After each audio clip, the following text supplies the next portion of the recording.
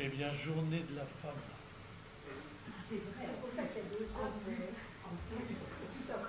Eh bien, elle est encadrée et d'ailleurs, elle va cadrer des femmes.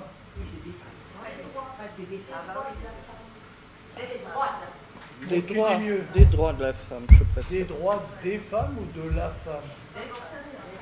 Ça se complique. Non, non, c'est important parce que Nicole va cadrer la question. Elle est en plein dans le sujet. D'abord, ça va être sa fête. Alors, Vladimir va nous présenter. Il marche pas le micro. Si, il marche là. il marche, on marche entend. pas, il fonctionne d'abord. Il faut être très près. Et, bon. Enfin, Vladimir va vous dire tout sur Nicole François. Donc Nicole François m'a demandé de la présenter. J'ai préparé quelque chose de très succinct. Pour faire ça, on s'est vu à peu près 1h30. J'ai pris quelques notes et j'ai mis de l'ordre dans les notes. Donc c'est forcément très court et c'est les grandes lignes de son itinéraire. Alors de 1978 à 1981, Nicole travaille avec des enfants autistes et psychotiques dans des hôpitaux de jour. Et donc elle se heurte aux difficultés de la clinique. En novembre 1973, elle assiste au séminaire de Lacan. En 1973, c'est le séminaire Encore.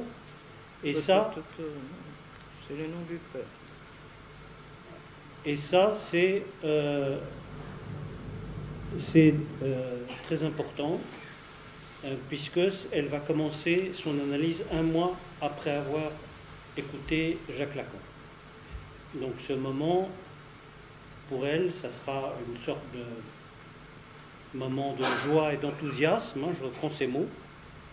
Elle a eu le sentiment d'une révolution du discours, et je reprends ces mots. Et donc, 1 mois après, elle commence son analyse. Donc ce moment, c'est sans doute un des moments principaux dans son itinéraire. Parallèlement, elle suit différents enseignements. Je vais vous citer quelques noms. Elle participe à des séminaires. Alors je vous cite les noms de François Baudry, Philippe Julien, Françoise Dolto, Daniel Lévy, Jacques-Alain Miller, Jean Clavreul.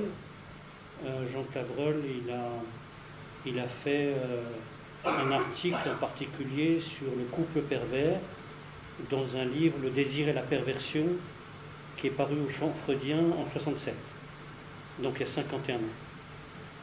Puis tu as aussi également suivi, je crois, les séminaires d'Anne Stern. En 81, à la mort de Lacan, donc, Nicole François rentre à l'école de la cause freudienne. Elle va y rester une 12aine d'années et en 92, elle quitte cette école car l'enseignement ne lui convient plus. Alors je reprends un mot, elle est dégoûtée, excuse-moi Nicole, je répète ce que tu m'as dit. Elle est dégoûtée et elle commence une errance. Je prends toujours un mot qu'elle a utilisé. Donc une errance qui consiste à lire Freud beaucoup. Donc elle arrive à Freud par Lacan et non pas le contraire. Donc certains arrivent à Lacan par Freud. Elle arrive à Freud par Lacan. Donc elle lit beaucoup Freud et elle organise des groupes de travail chez elle et en particulier un séminaire sur l'homonie. Donc ça dure un certain temps et, toujours selon son expression, Nicole François retourne vers l'extérieur. Avant c'était l'intérieur, maintenant c'est l'extérieur. Et donc elle participe à différentes activités, en particulier, par exemple, l'activité d'une association qui s'appelle Psychanalyse Actuelle, organisée par Alain Moscovitz. Alain Moscovitz a publié dans un des... Jean-Jacques. Oui, Jean-Jacques Moscovitz. Il a publié dans un des livres de l'APM, le livre de Cher, un texte qui s'appelle Violence et filiation, où il reprend toujours son grand thème de la rupture de l'histoire dans la Shoah et la rupture de l'histoire. Donc elle suit l'activité de cette association Psychanalyse Actuelle. Elle participe au séminaire de Marc Léopold Lévy. Elle rencontre le docteur Houchang Guillardi et par le docteur Houchang Guillardi, elle veut participer aux présentations de malades pour toucher du doigt de manière plus concrète et bien justement les problèmes de l'inconscient et des analysants, etc. Elle s'inscrit donc à l'association Psychanalyse et Médecine où elle est présente depuis une quinzaine d'années. Et depuis une quinzaine d'années également, elle fait un séminaire sur le séminaire de Lacan, les 4 concepts fondamentaux de la psychanalyse, qui touche à sa fin. Et je crois qu'elle est contente qu'il touche à sa fin. Ensuite, elle retourne en quelque sorte, comme elle dit, vers Lacan, enfin, en s'inscrivant, donc, en participant aux activités donc, de 2 écoles, l'école de la lettre lacanienne pendant 7-8 ans, et depuis 10 ans, elle participe aux travaux de l'école de psychanalyse Sigmund Freud, qui ont organisé de ces 2 écoles une passe qu'elle a accomplie. Voilà. Donc vous voyez, c'est très succinct cette présentation, hein, c'est les grandes lignes. Je ne suis pas rentré dans les détails. C'est à elle de rentrer éventuellement, si elle le veut, dans certains détails. Voilà, donc c'est à elle de parler. Merci Vladimir Naslednikov pour ta présentation. Alors j'ai titré « Pourquoi les femmes ne sont-elles pas devenues toutes folles ?» Toutes folles, vous avez vu, c'est au singulier le tout, trait d'union, folle au pluriel, point d'interrogation. Des civilisations éteintes ou toujours actuelles ont défendu ou défendent encore aux femmes l'accès à la jouissance phallique. Elles les enferment ou les ont enfermées, confinées dans la jouissance de l'autre, grand A, pourtant interdite parce que incestueuse, jouissance absolue, bien qu'inexistante, jouissance hors castration, hors sujet. Jusqu'à aujourd'hui, ou plutôt demain, la science-fiction précédant toujours la science, seules les femmes enfantées allaitaient. Ce sont elles qui ont élevé les enfants dans leurs premières années, transmis l'accès à la jouissance phallique en s'appuyant sur la langue commune à elles et leurs enfants. Elles ne les ont pas éduqués ni instruits, ne l'étant pas elles-mêmes pendant des siècles. Ces métiers étaient réservés aux hommes. La langue, c'est déjà l'apparition de la voix qui module les sons, les musicalise, qui permettra ensuite de jouer avec le langage, avec les mots, de s'exprimer. La langue comme trace mnésique hors sens est ce qui donnera corps au sujet, corps subjectif, irréductible à l'organisme, corps du sujet qui parle, corps des maladies et des symptômes, comme quoi ce qu'on appelle la structure se trouve chevillé tant au corps organique qu'au corps subjectif, qu'au corps imaginaire. La transmission se fait par la mère, par le maternant, et tout d'abord par la langue qui permettra ensuite non seulement d'accéder à la jouissance phallique générée par la coupure venant séparer l'interpénétration psychique, la jouissance fusionnelle des corps mère-enfant, mais qui permettra d'habiter notre corps subjectif, c'est-à-dire nos trois corps noués de façon borroméenne. Le nœud borroméen, Lacan le parle comme étant le support du sujet, mais c'est le support du corps subjectif tout aussi bien. Et donc ce n'est pas un modèle, il faut vraiment entendre ce nœud borroméen là, avec ces trois corps, comme n'étant pas un modèle et pouvant à chaque sujet servir comme support. Plus la médecine se soutient de la science, plus elle ne s'occupe que d'un seul corps, du corps réel qui jouit de la douleur. La chirurgie, elle, s'occupe et du corps réel et du corps imaginaire qui jouit de la projection que le sujet se fait de son image, mais sans s'occuper du corps symbolique, c'est-à-dire celui qui jouit de la parole, et sans considération du symptôme proprement dit. Et ne parlons pas de la sexologie, la science de la sexualité, comme elle s'est définie à un moment, qui malgré ses nombreux appuis, psychologie, biologie, éthologie, anthropologie, sociologie, et de plus reconnue par le corps médical, n'a que faire de la dimension de l'inconscient freudien. Le corps du sujet parle. Les symptômes, les rêves et les maladies le disent. Il y a quelques années, des psychanalystes s'étonnaient de plus voir les grandes hystériques de Charcot, mais nous étions alors dans un siècle très régressif quant à la condition féminine, quand il y avait ces grandes hystériques. N'est-ce pas cela qu'elles montraient par leur paralysie, des membres érigés comme un phallus, l'interdiction portée sur la jouissance phallique, la non-reconnaissance d'elle comme sujet?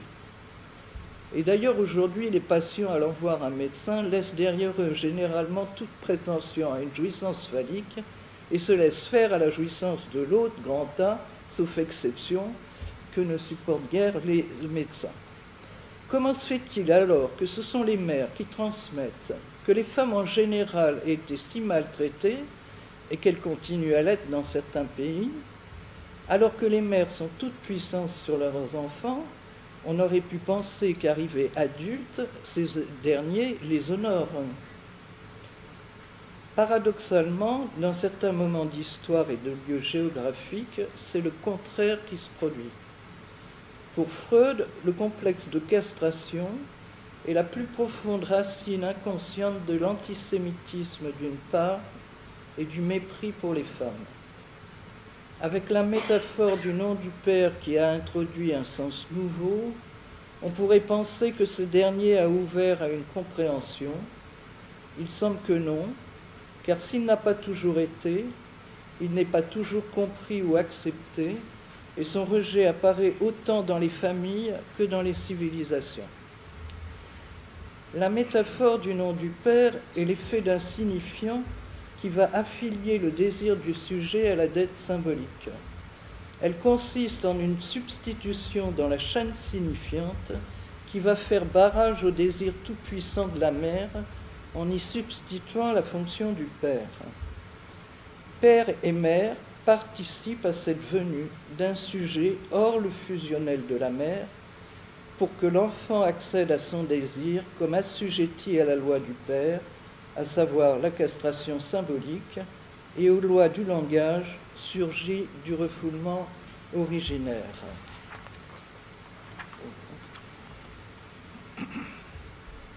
Ne pas penser une femme comme sujet revient à penser un homme comme un animal, comme l'animal de la horde. La métaphore n'a pas pris.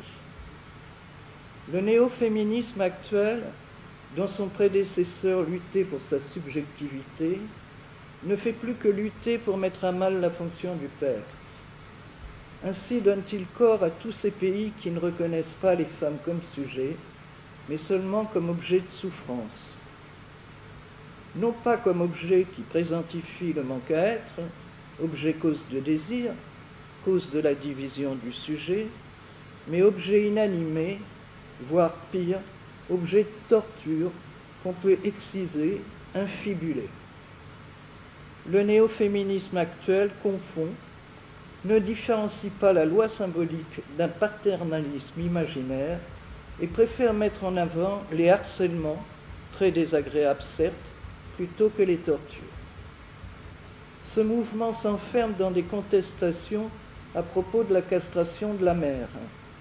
Il refuse la castration symbolique dont la fonction est de faire advenir le réel de la différence des sexes comme cause du désir chez le sujet. Le discours néo-féministe se fait support du père imaginaire et s'accapare le seul père réel qui soit, à savoir le spermatozoïde. Dans la psychanalyse, le signifiant phallique, dont les femmes ne sont pas sans l'avoir, dira Lacan, représente donc la loi symbolique de l'interdit de l'inceste impossible à formuler, je dirais comme tout ce qui a rapport aux origines. En effet, l'origine, on ne peut qu'en faire l'entour du trou. Même avec des avancées scientifiques comme le Big Bang, l'origine est innommable et irreprésentable. C'est comme le Dieu des Juifs. La jouissance phallique est celle d'un sujet et non celle d'un sexe. Elle est prise dans la parole et tient aux réalisations des capacités d'un sujet à œuvrer au social, à la civilisation. Dire que les femmes n'ont pas participé aux civilisations est bien sûr abusif, même si elles ont été pendant des siècles, des millénaires, cantonnées à la maison. Elles ont, suivant des époques, participé au travail de la terre, aux sciences, à la littérature, voire aux révolutions. Si par exemple le XVIe siècle les a reconnues dans plusieurs pays, les siècles suivants ont occulté leur participation. Et le XIXe siècle, pas si éloigné de nous, s'est montré plus que régressif par rapport aux acquis des siècles précédents. Il faudra attendre le Congrès féministe international de 1878, puis ses suites, où les féministes font mouvement pour que les choses recommencent à être considérées. En 1908, 30 ans après ce premier congrès, Freud dira d'une part qu'une femme ne peut en même temps exercer une activité professionnelle et élever ses enfants, chose qu'il avait déjà dit à sa fiancée, et d'autre part, il dira « les femmes en tant que groupe ne gagnent rien du tout au mouvement féministe moderne ». Pourtant, on sait que ça a été quelque chose de très important pour les femmes. En lisant cela, j'ai été surprise du conservatisme de sa pensée, alors qu'il a tant œuvré pour l'émancipation des femmes, pour délivrer les hystériques.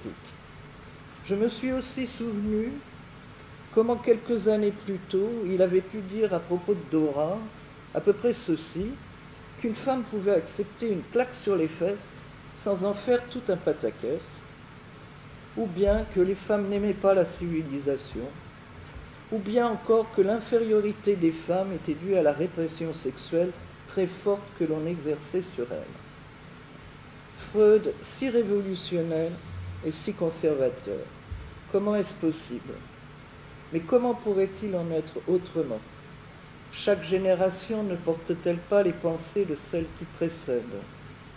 Être révolutionnaire de la bonne façon n'est pas couper avec les générations précédentes, mais savoir déjà qu'on est parlé par elles, en être dupe pour ne pas errer et pouvoir les remettre en question.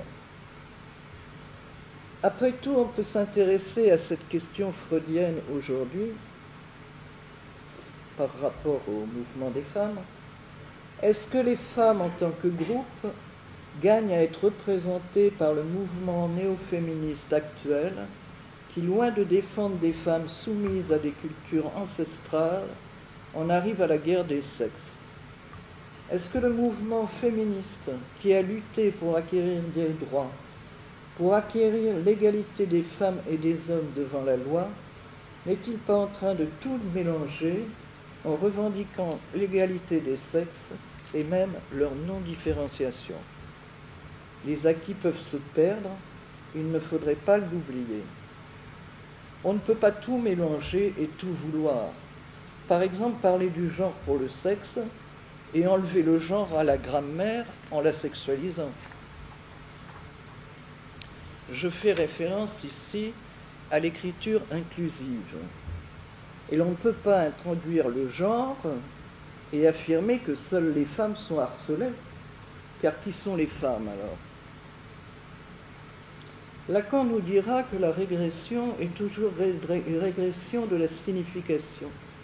N'est-ce pas cela qui apparaît à travers cette revendication qui en arrive jusqu'à la guerre des sexes avec le slogan « Balance ton porc » que l'on voit surgir sur les réseaux sociaux faisant fi de toute présomption d'innocence, ou cette autre phrase à effet qui affirme qu'un ou deux hommes sur trois sont des violeurs, comme si le viol était inné et non culturel. Cette revendication ne fait-elle pas retour paradoxalement vers la jouissance de l'autre, grand A, au détriment de la jouissance phallique? Si le nœud borroméen montre la place de la jouissance phallique entre réel et symbolique, il situe la jouissance de l'autre, grand A, entre réel et imaginaire, celle-ci se rapportant à la jouissance incestueuse du corps maternel, idéalisé par l'imaginaire, voire halluciné, en dehors de toute symbolique. C'est à ce propos que Lacan dira « Il n'y a pas de rapport sexuel, sauf entre générations voisines. » Les acquis peuvent se perdre, disais-je, disparaître ou se trouver occultés par masochisme quand celui-ci contraint à la jouissance de l'autre, grand A, voire au déni de la castration, au démenti du réel, à la confusion proche du délire entre pénis et phallus. Le masochiste met son moi à la place de l'objet, aux fins de combler le manque. Là où le féminisme, dans son combat, ne rejetait pas le manque et trouvait les mots pour pouvoir se surpasser, le néo-féminisme actuel veut à tout prix combler le manque, tant il se pense tout-puissant. Aujourd'hui, alors que les femmes peuvent se passer d'hommes pour enfanter, espérons qu'elles ne se sentent pas complètes pour autant. Espérons que leurs idéaux ne se radicalisent pas en une conception du monde, en une Weltanschauung, d'où les hommes seraient plus ou moins chassés, non plus par le père de la horde, mais par la mère de la horde. Fantasme faisant fi de la structure, de l'impossible de l'universel de la femme n'existe pas, la femme n'est pas toute, ou conception du monde d'un retour fantasmé, d'un temps où la jouissance était absolue, puisqu'elle ne se distinguait pas de la loi. N'oublions pas que pour Freud, les impasses de la civilisation ne sont pas tant liées aux avancées industrielles pour son époque, quand il en parle, et pour nous, on peut dire aux avancées technologiques, mais à la genèse même de la civilisation, aux traces mnésiques laissées par le drame inaugural de l'humanité, le meurtre du père primitif, et par les événements qui, après, ont conduit à l'Oedipe, à la culpabilité, à la nostalgie du père, à une jouissance désormais distincte de la loi. Jouir de la mère est devenu interdit. La castration, comme symbolique d'un objet imaginaire, à savoir le phallus absolu du Père Tout-Puissant, correspond à l'impossibilité du sujet à soutenir la garantie de la jouissance en l'autre. Il n'y a pas de garantie. Le manque s'instaure à tous les niveaux et la jouissance avec toutes ses modalités en est irréductiblement marquée. Donc la castration ne porte pas seulement sur le sujet, mais sur l'autre grand A, instaurant ainsi un manque symbolique. Lacan dira qu'en fin d'analyse, Ce qui est le plus difficile pour l'analysant, ce n'est pas tant d'accepter sa castration, c'est d'accepter celle de l'autre, grand A. Ce qui conduit, me semble-t-il, à l'athéisme. Question brûlante, je n'irai pas plus loin sur cette question. Si Lacan a conceptualisé la jouissance en plusieurs modalités, me semble-t-il, jouissance phallique, jouissance de l'autre, jouissance du sens, jouissance mystique, jouissance autre, comme jouissance supplémentaire, jouissance féminine, Freud ne l'a pas conceptualisé, cette jouissance, toutes ces jouissances, toutes ces modalités, et chez lui, elle concerne essentiellement la jouissance en général, elle concerne essentiellement la sexualité. Cependant, les termes dont il use, à savoir clénus et lust, que l'on peut traduire pour le dernier par désir, plaisir, satisfaction, renvoie au champ de la jouissance lacanienne, à ses modalités, et c'est là où l'on découvre Lacan comme lecteur de Freud. Par exemple, Freud parlera de jouir de l'amour, et Lacan nous introduira la jouissance mystique. Autre exemple, Freud dira que le plaisir se fait dans l'injonction du surmoi, tout en ayant dit que si on cède à ce dernier, plus il devient intransigeant, et Lacan portera cette injonction du côté de la jouissance de l'autre, grand A, jouit. Quant à la jouissance phallique, pas toutes, certes, car les femmes ne sont pas toutes dans cette jouissance. Freud la récusera, je cite, « Il est vrai que la femme ne gagne rien à étudier et que cela n'améliore pas, dans l'ensemble, la condition des femmes. » Là où je cite Freud, c'est toujours de 1908. 1908, oui. Alors, que veut la femme, cher Freud? C'est dans quel texte? C'est dans les lettres de... Je finis ma phrase. Alors, que veut la femme, cher Freud?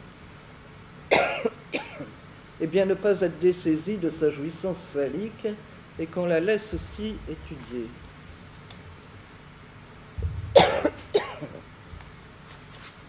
Pour terminer, je dirais que je souscris à la nécessité du combat féministe et que j'ai une grande admiration pour les pionnières du mouvement féministe. Cependant, aujourd'hui, je ne peux adhérer à un discours féministe, néo-féministe, communautariste, qui veut à tout prix opposer hommes et femmes, ne serait-ce par le fait, en les traitant de porcs, on est traité de truie. Traité de Truie. considération, je voyais une attention une tentative d'attention. Je suis dans une position différente parce que j'avais eu le texte hier et je me demandais comment il était reçu par ailleurs. Alors, moi je trouve ça remarquable. Les citations de Freud, j'aimerais bien voir parce que... Alors, je les donnerai, c'est les lettres... lettres à qui? Les lettres, pas à qui, les soirées... Du mercredi? Peut-être, c'est toute l'année 1908, mais ça, je pourrais le préciser. Désolé, je ne l'ai pas noté. Bah, mais on fera un mot, et puis comme ça...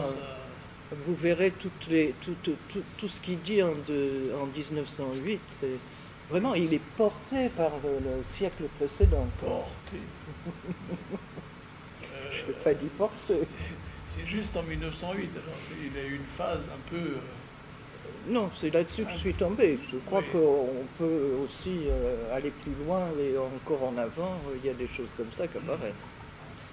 Oui, bah, non, mais comme dit Nicole, il faut quand même mettre les choses dans le contexte et d'où on vient. 1908, ça fait quand même 110 ans où il y a eu un développement. On est dans un autre monde. Ah oui, complètement, surtout que le 19e a été un siècle de régression, comme tu le dis. Alors ça, oui, alors ça, je m'interroge là-dessus. Le 19e siècle est un... Je ne sais pas, je n'ai pas de connaissance sur le fait que le 19e, il y a eu cette régression au niveau des... Je ne connais pas de l'histoire des aléas du XVIe siècle, du XVIIIe, du XIXe. Je ne sais pas, ça nous échappe. Enfin, moi, ça m'échappe. Donc, en tout cas, là, le propos de Nicole sur très ferme et très développé sur la jouissance phallique et la jouissance haute nous montre... alors, je ne sais pas si de la même façon on peut séparer,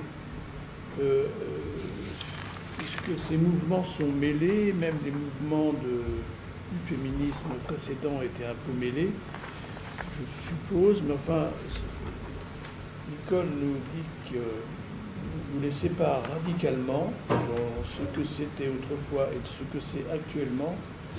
Donc autrefois une jouissance phallique avec la visée, avec la présence du manque, et là maintenant, au fond, une visée qui est radicale, toute puissante, qui exige au fond la jouissance autre, sans castration,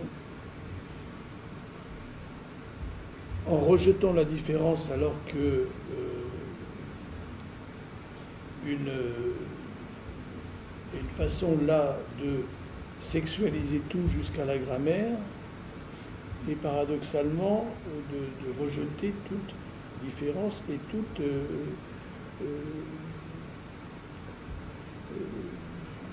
au fond quelque chose de vraiment de la sexualité.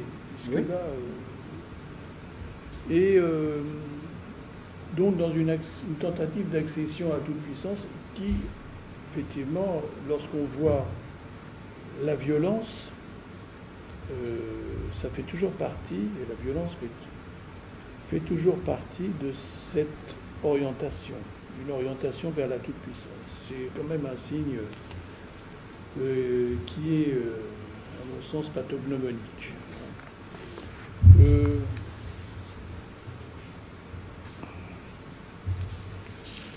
Je ne sais pas ce que je peux dire de plus parce que c'est tout à fait précis, explicite. Simplement peut-être voir vos avis et vos réactions. Je dis que les hommes ont fait en sorte de mettre c'est les religions bien sûr avec les hommes, ont fait en sorte de mettre les femmes à l'écart du 19e d'ailleurs, de l'éducation, de la politique et de la religion par exemple. Bon. Mais avec les exceptions toujours, parce que des femmes très riches par exemple, il y en a eu qui pouvaient exprimer leur jouissance phallique.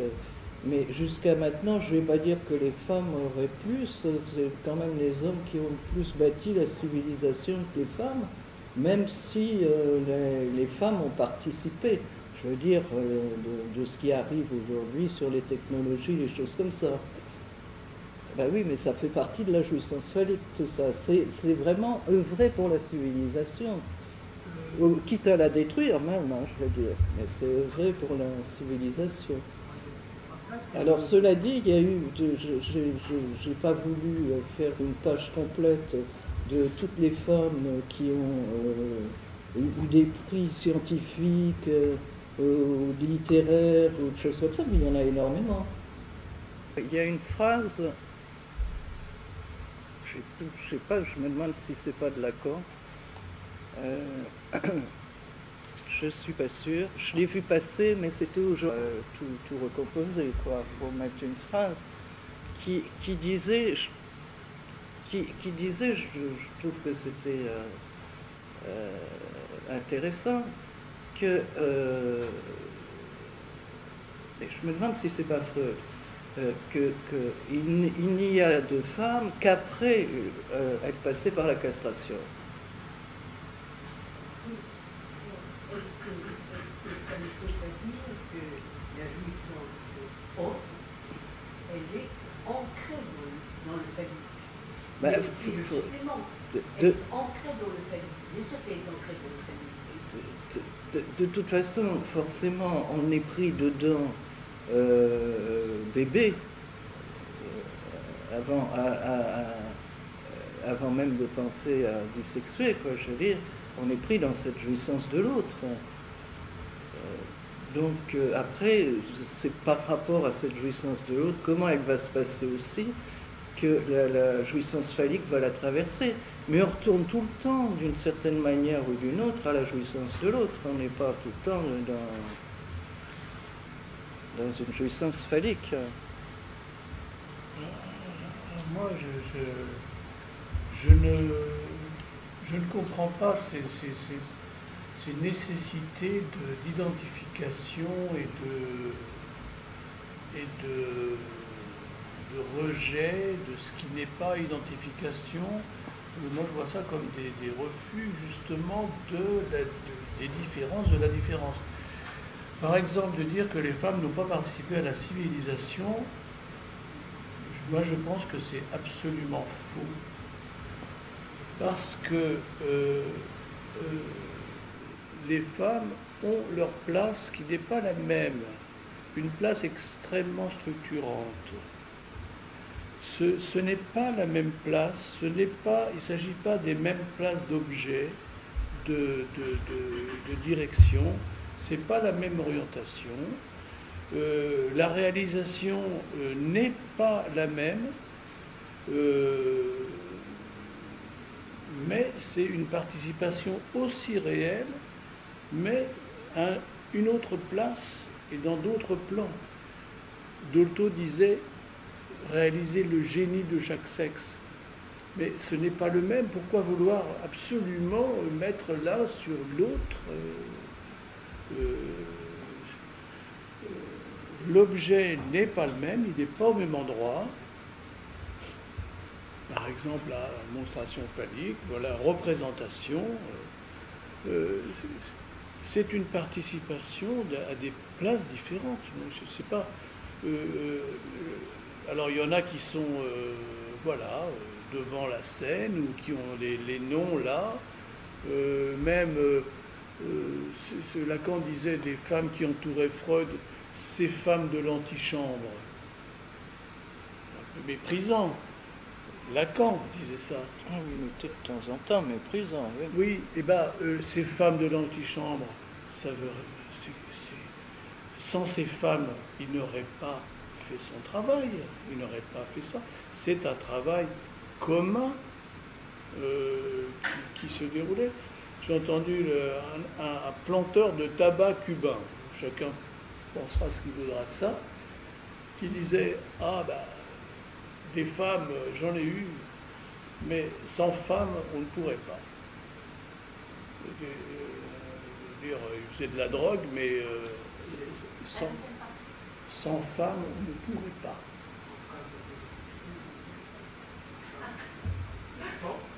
S-A-N-S. Non, pas. Non, mais c'est peut-être un petit peu vulgaire, c'est de la drogue, mais c'est de l'art aussi, ce qu'il faisait, ce qu'il fait. Et Wuchang, tu parles des places. C'est de ça, en effet, dont il s'agit. Et c'est les places à la maison. Bon. Et elles font naturellement tout ce qu'il faut pour la civilisation à la maison. Élever des enfants, c'est quand même participer à la civilisation. Je suis bien d'accord avec tout ça. Bon. Et justement, ces places qui sont devenues à des femmes, alors qu'il y a des hommes qui préféreraient parfois être à la maison et des femmes qui préféreraient être à l'extérieur. Donc c'est un changement de place qui peut être tout à fait permutable et que on peut très bien s'en servir sans repenser aux places qui font que les femmes ne sortent plus de la maison.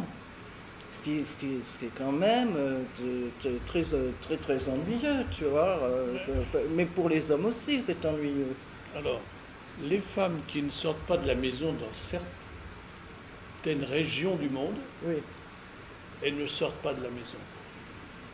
Elles éjectent l'homme qui n'a qu'à aller se débrouiller dans la rue, dans la poussière, dans la difficulté, et à partir de là, imaginer la puissance qui se déroule là, dans la maison, et par rapport au type, il faut qu'il aille aller ramener. Mais alors, quel statut, quelle assise, c'est invraisemblable. Alors, il y a beaucoup de discours, les hommes, ils vont à gauche, à droite, mais cette puissance qui se déroule là, à ce moment-là, elle n'est pas du côté de l'homme, qui est un petit freluquet, qui se promener dans la poussière et faire le malin, faire le petit coquelet, avec beaucoup de drogue, que l'hystérique à la Charcot, que tu as dit le corps parle, que ça n'existe plus, en réalité, on est en plein dedans. Les hôpitaux sont remplis d'événements où le corps parle, et la réponse est chirurgie et médicaments. Oui, mais ça je l'ai dit. Non, mais actuellement encore, c'est pas que seulement... Oui, mais non, je parlais des grandes hystériques qui se mettaient en arc de cercle, avec les auras parfois qui étaient là et tout, et qui justement, où je disais qu'elles mettaient leur corps phalliquement, en représentation phallique, voilà. Mais autrement... la paralysie d'un bras, c'est quand même très facile. Non, elles sont toujours là, mais elles sont sur papier glacé dans les magazines. Elles sont dans toutes les positions, magnifiques, magnifiées, avec des bras et des jambes un peu partout. Et elles sont dans les magazines, c'est mieux que sur les dessins de Charcot. Si je peux me permettre. Mais j'ai une question. Pourquoi masochiste, tu dis, cette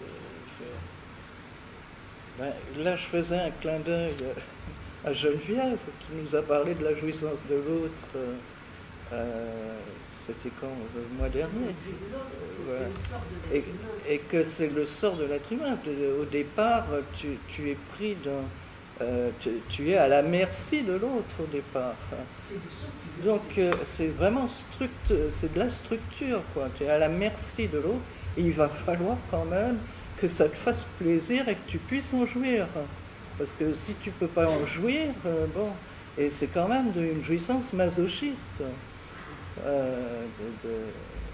T'as pas forcément envie, d'ailleurs, il suffit de voir n'importe quel bébé, il y a des moments où il dit non. Eh ben si, ça sera comme ça, il est pris dans ça, c'est structurel, c'est le passage, c'est le fusionnement mère-enfant même qui fait ça. Je parle pas bon, on dit masochisme, mais pas pour le renvoyer sur une perversion ou sur du sadisme. Hein. C'est un terme qui est pris pour dire la structure du départ par Freud, et puis il est repris par Lacan après. On s'en sert comme ça. Mais Vladimir a eu la même réaction que toi la dernière fois, et en effet, on peut entendre les choses comme ça, comme tu le dis. Mais si on veut suivre un peu la théorie à la lettre à un moment et s'y retrouver, tu vois, pour bien différencier avec une autre jouissance, c'est quand même une jouissance masochiste par rapport à l'autre. Oui, le pouvoir, c'est pas forcément ce qui de l'apparence du pouvoir, parce que le pouvoir des femmes dans ces couples-là, qui soient du 19e ou de quand on veut, vous ne savez pas où est le pouvoir et qui décide, qui oriente les choses. D'autre part, vous dites que c'est les 75% d'hommes ou 75 hommes. Alors, c'est quand même aussi tout à fait étrange, parce que dans la législation américaine, les divorces qui se déroulent comme ça sont redoutables dans le partage de la fortune, qui passe pour une part énorme vers les femmes. Et alors, la représentation est à nouveau un homme. Alors, où en est le pouvoir, le partage du pouvoir, il est où? C'est la même chose, c'est l'histoire de même pas de la représentation, de la présentation, mais ce qu'il y a derrière. Et là, dans l'exposé de Nicole, il y a bien cette question de la présentation, et qu'est-ce qu'il y a derrière? Quelle prétention à la toute-puissance, c'est ça? Oui. Et à votre avis, il y a des femmes en Iran qui retirent leur voile. Alors, est-ce que ça va dans ce sens-là ou dans le sens de la monstration, de la reconnaissance d'une sexualité? Où est-ce qu'on est là? C'est parlé. D'après ce que j'ai lu, c'est parlé. C'est parlé comme un signe d'assujettissement, et c'est comme ça qu'elle les enlève. C'est pas. C'est un signe de rébellion. Voilà, c'est un signe de rébellion contre l'assujettissement à des lois d'hommes. Bon, hein, faut bien le dire. Donc c'est voilà. Mais elles arrivent quand même à le faire en ce moment. Et il y a 2 eu ans de prison. oui, non, ben justement, je sais pas, mais il y a des choses étranges qui se passent. Le monde bouge quand même. Ben, nous allons remercier Nicole, nous a entraîné dans ce circuit de qualité, d'interrogation et d'ouverture. Bravo, merci. D'accord.